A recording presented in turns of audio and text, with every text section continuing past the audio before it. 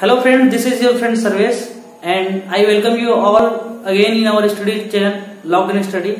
In last class I have taught you about noun and its type and all the basic rules of noun I have already covered. So in this segment of the video I will tell you about some question that can come in your exam. Okay, so these are very important question which are based on the previous class. So we will try to do 20 or 25 question in this section. Okay, so let's start the video. And आप लोग जब मैं इस question को सारे को कराऊंगा तो आप लोग इसको वीडियो को पॉज करके इसका आंसर खुद से करने की कोशिश करेंगे और साथ ही साथ इसको नोट करते जाएंगे. ठीक है, तो देखते हैं पहले क्वेश्चन में. Jaya Jyotsna went to her friends house and gave her 10 rupees note. सबसे पहले मैं आपको बता दूं इस पूरे क्वेश्चन में आपके 4 पार्ट दिए हुए हैं. जनरली इस टाइप के क्वेश्चन में आप लोग समझ गए होंगे, इस टाइप के क्वेश्चन एग्जाम में आते हैं जिसमें 4 या 5 पार्ट होते हैं. 5 पार्ट होते हैं जनरली, जिसमें आपको बताना है कि कौन से पार्ट में एरर है. और जो 5वां पार्ट वो होता है जिसमें लिखा होता है नो एरर, तो मैंने उसको हटा दिया है. इसमें आपको ये बताना है कि कौन से पार्ट में एरर है. पहला क्वेश्चन देखते हैं. Jaya Jyotsna went to her friends house and gave her 10 rupees note. आप लोग ट्राई कीजिए इसे. मैंने आप लोग को लास्ट वीडियो में बताया था जब भी किसी नाउन के पहले कोई न्यूमरल्स आ जाते हैं और उस नाउन के बाद और एक नाउन होता है तो हम उस न्यूमरल के बाद जो नाउन आने वाला है उसको हम हमेशा सिंगुलर में यूज करते हैं. तो यहां पर लिखा है आपका 10 रुपीज नोट. तो हमको क्या करना है, इस प्लूरल को हमको प्लूरल में यूज नहीं करना है क्योंकि इसके आगे क्या है, एक न्यूमरल है. तो इसे हमें सिंगुलर में यूज करना है. तो ये आपका सेंटेंस हो जाएगा. Jaya Jyotsna went to her friends house and gave her 10 rupee note. Okay, so this will B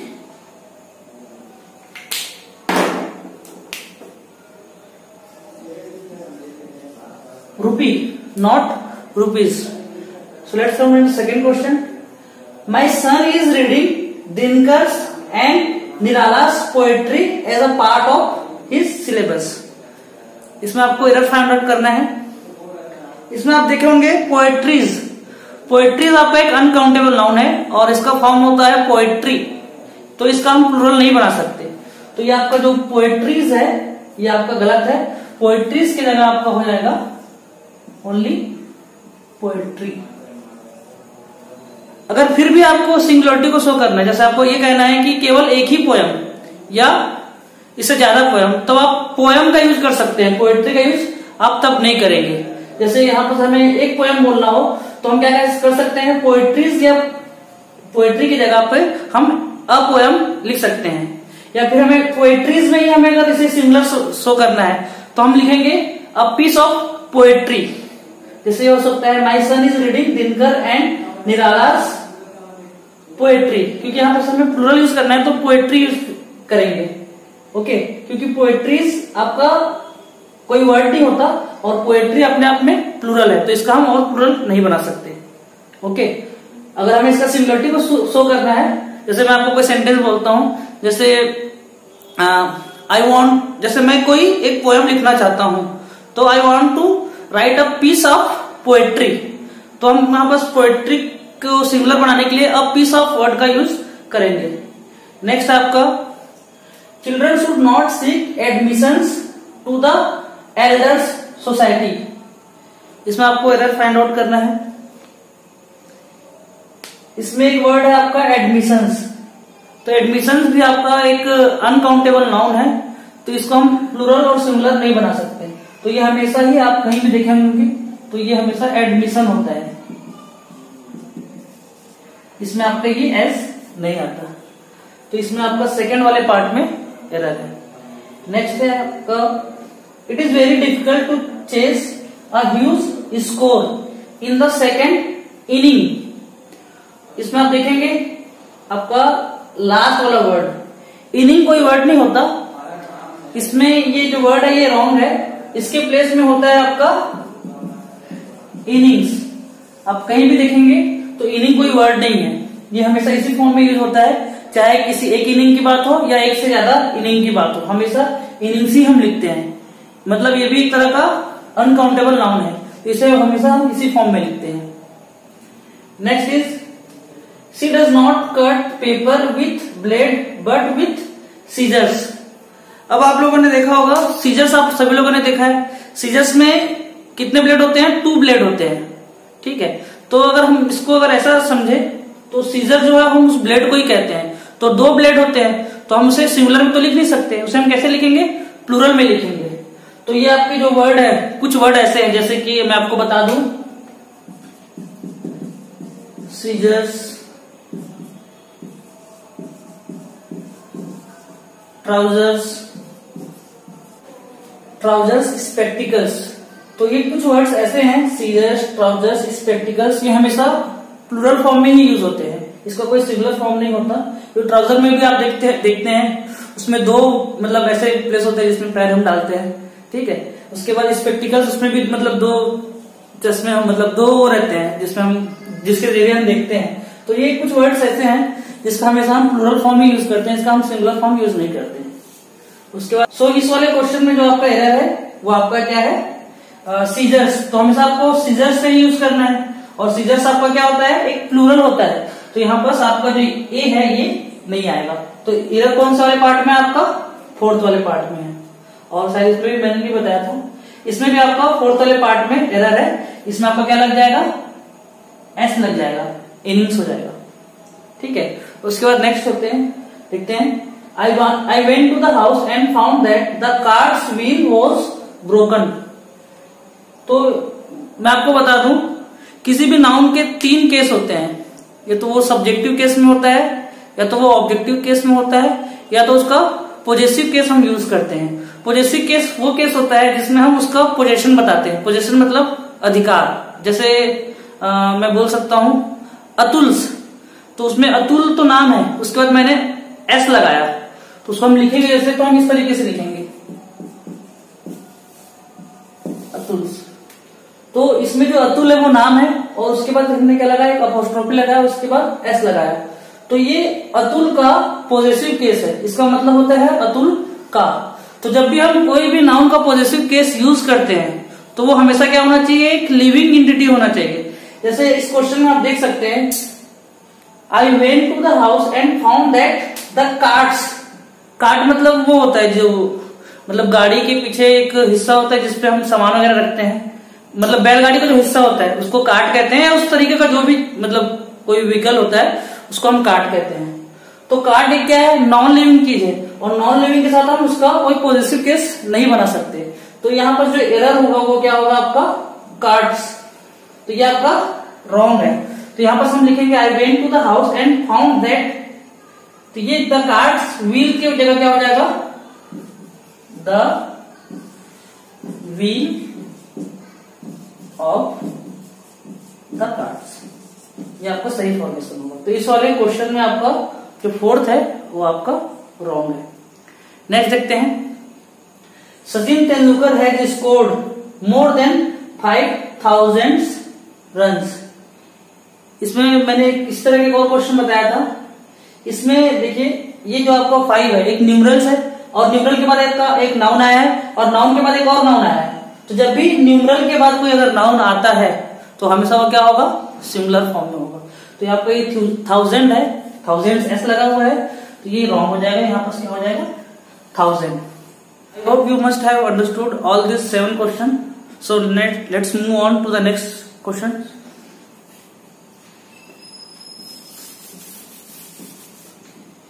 इसमें आपको the wheel of the cards, तो आपको सिंगुलर यूज करना था, तो ये शायद मैंने यहाँ गलत कर दिया। यहाँ बस आपको कार्ड बस लिखना है, एस उसमें नहीं लगाना है, ठीक है। इसको आप लोग रेक्टिफाई कर लोगे।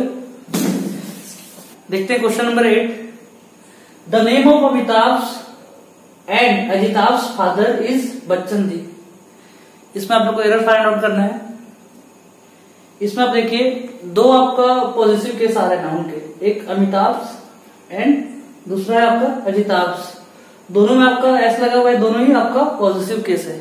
लेकिन इनका पोजीशन क्या है आपको ये देखना है।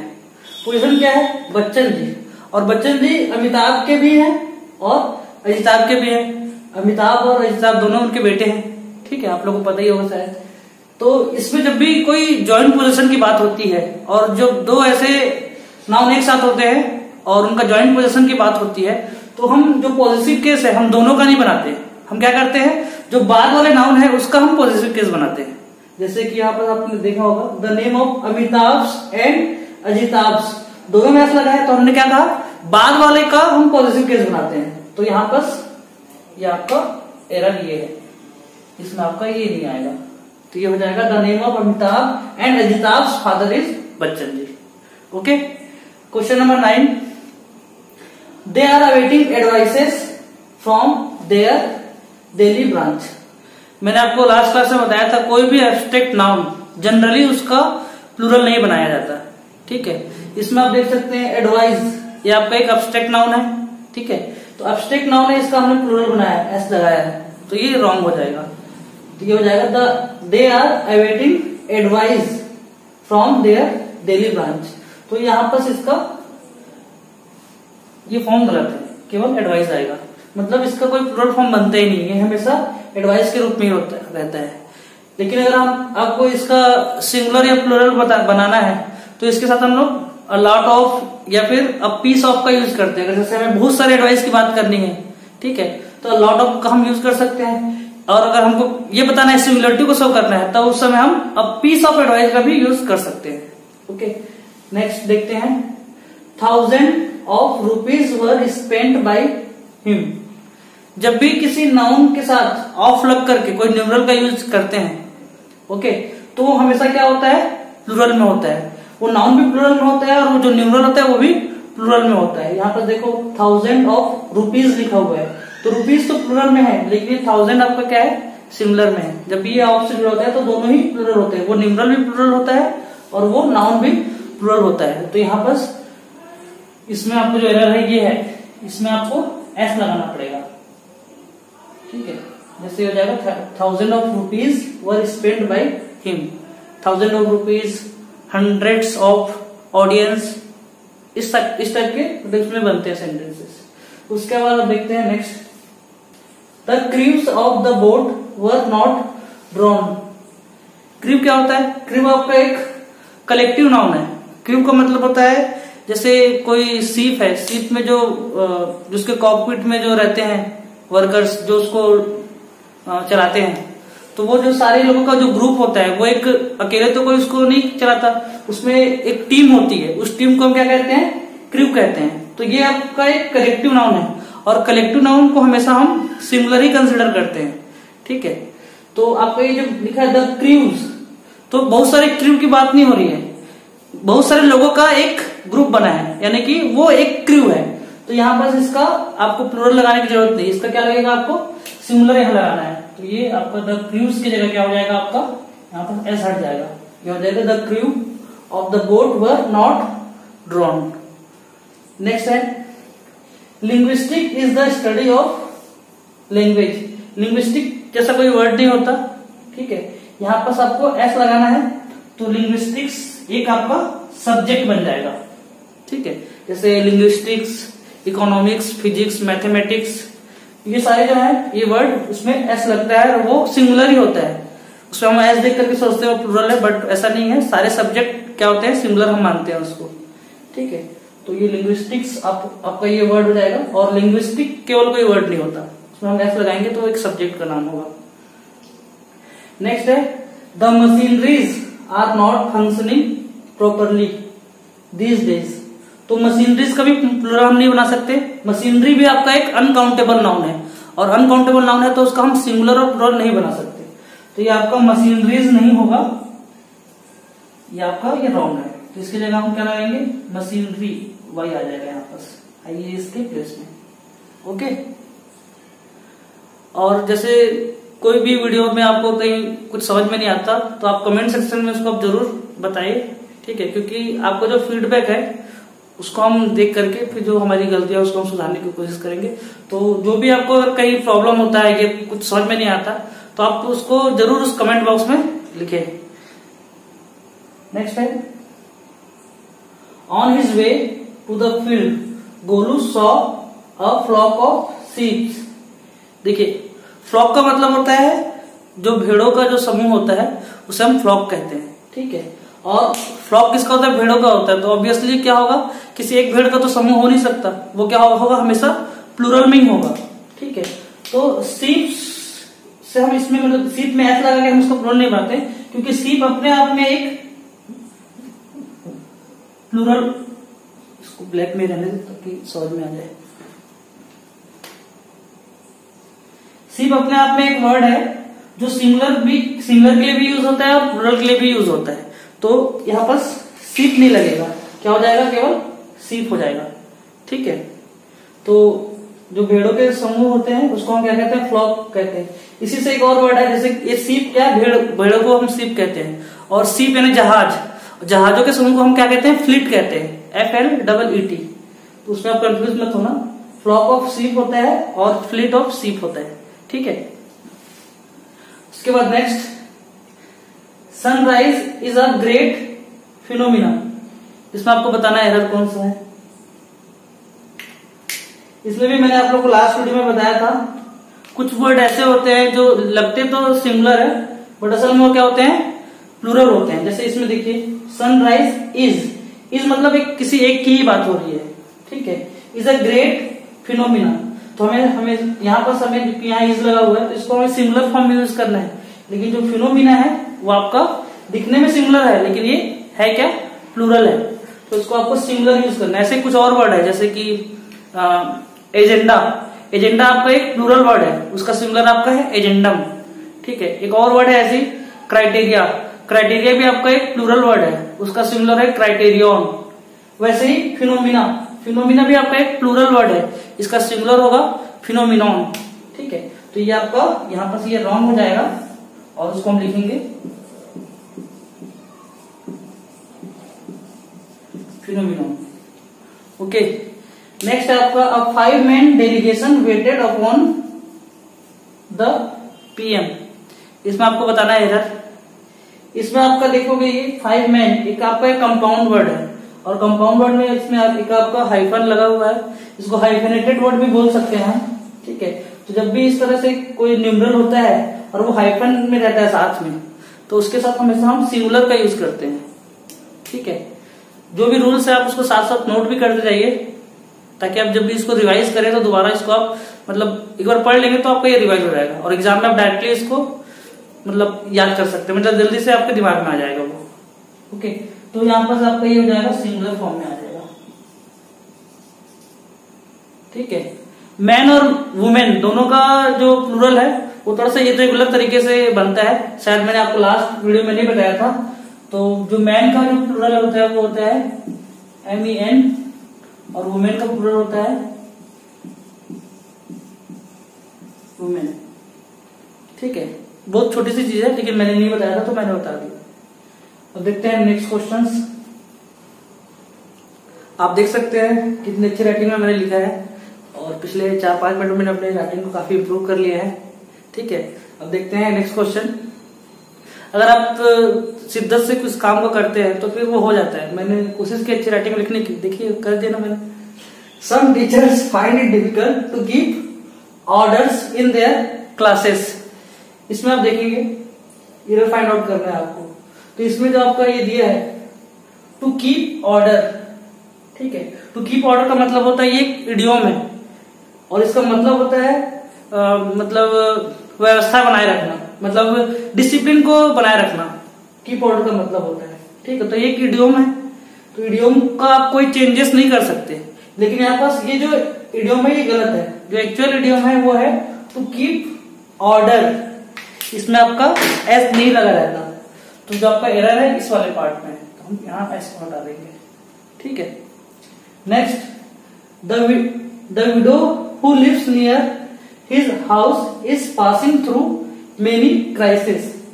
यहाँ पर आप देखिए मेनी आपका एक मतलब प्लूरलिटी को शो कर रहा है, यानी कि कोई चीज ज्यादा ये बता रहा है, एक से ज्यादा ये बता रहा है, तो उसके बाद जो भी वर्ड आएगा वो क्या होगा, प्लूरल होगा। और क्राइसिस आपका एक सिंगुलर वर्ड है, तो इसका प्लूरल जो होता है वो होता है क्राइसिस के प्लेस में हो जाएगा ये आपका क्राइसिस, ओके। तो इसका आंसर हो जाएगा फोर्थ, यानी कि फोर्थ वाला रॉन्ग है। I went to Delhi and bought much good for my wife. ठीक है, तो यहाँ पर ये गुड लिखा हुआ है, गुड ये रॉन्ग है। गुड कोई गुड वर्ड मतलब कोई नाउन नहीं होता। गुड एक एडजेक्टिव है जिसका मतलब होता है अच्छा, वो ये वर्ड नहीं है। यहाँ पर कोई नाउन आना चाहिए और वो गुड नाउन नहीं है, वो क्या है, गुड्स। ठीक है, ये भी आपका अनकाउंटेबल नाउन है, इसका भी हम सिंगुलर या प्लूरल में नहीं लिख सकते, तो हमेशा ये गुड्स ही होता है। नेक्स्ट है आपका 100 of passer bys stopped at the place of accident. मैंने बताया था जब भी किसी न्यूमरल को किसी नाउन के साथ ऑफ लगा के जोड़ा जाता है तो वो न्यूमरल भी क्या होता है, प्लूरल में होता है, और वो नाउन भी प्लूरल में होता है। तो ये न्यूमरल तो प्लूरल में है, अब इस नाउन को हमको प्लूरल में बनाना है। तो ये जो नाउन है ये क्या है, एक आपका एक कंपाउंड नाउन है। कंपाउंड नाउन वो नाउन होता है जिसमें दो वर्ड एक साथ होते हैं। तो इसमें दो वर्ड है, पासर और बाई। अब आपको इसको प्लूरल बनाना है, तो प्लूरल हम क्या करते हैं, जनरली एस लगा के प्लूरल बनाते हैं। ठीक है, तो इसमें हम कौन से वर्ड में प्लूरल लगाएंगे, एस इसमें लगाएंगे। तो लास्ट वीडियो में मैंने बताया था जब भी कोई कंपाउंड नाउन आता है तो उसमें जो रूट वर्ड होता है उसके साथ हम एस लगाते हैं। जैसे यहाँ पर लिखा है पासर और बाई। ठीक है, तो ये जो बाई है एक आपका प्रीपोजिशन है, ये आपका रूट वर्ड नहीं है। रूट वर्ड है आपका है पासर, तो आपका जो है एस क्या है, यहां नहीं लगेगा, वो कहां लगेगा, पासर के साथ लगेगा। ये हो जाएगा वर्ड पासर, पासर्स बाई। तो hundreds of passers by stopped at the place of accident, it will be the right sentence. Next, my parents obtained many informations about this child last night. इसमें आपका एक word है informations. ठीक है, तो informations कोई word नहीं होता, ये भी इंफॉर्मेशन एक अनकाउंटेबल नाउन है। ठीक है, अनकाउंटेबल नाउन है तो उसका हम सिंगुलर और प्लूरल नहीं बना सकते। तो जो राइट वर्ड है वो है आपका केवल इंफॉर्मेशन। ठीक है, और आपको अगर इसका सिंगुलरिटी को शो करना है तो आप पीस ऑफ का यूज कर सकते हैं। ठीक है, a piece of information. My parents obtained a piece of information, sorry मैंने फिर से वही लिख दिया। My parents obtained a piece of information about this child last night. ठीक है, तो ये जो राइट वर्ड है वो आपका इंफॉर्मेशन है। Next is one should use spectacle to protect the eyes from bright sunlight. इसमें आप देख सकते हैं मैंने आपको बताया था 3 वर्ड ऐसे, मतलब और भी बहुत सारे वर्ड हैं जो मतलब मैंने जो सुने हैं जनरली। ठीक है, उसमें आप सर्च करना और कौन कौन से वर्ड ऐसे हैं। जब भी हम इसका यूज करते हैं तो हम इसका क्या करते हैं, एस लगा के यूज करते हैं, यही आपका इसका सही फॉर्म है।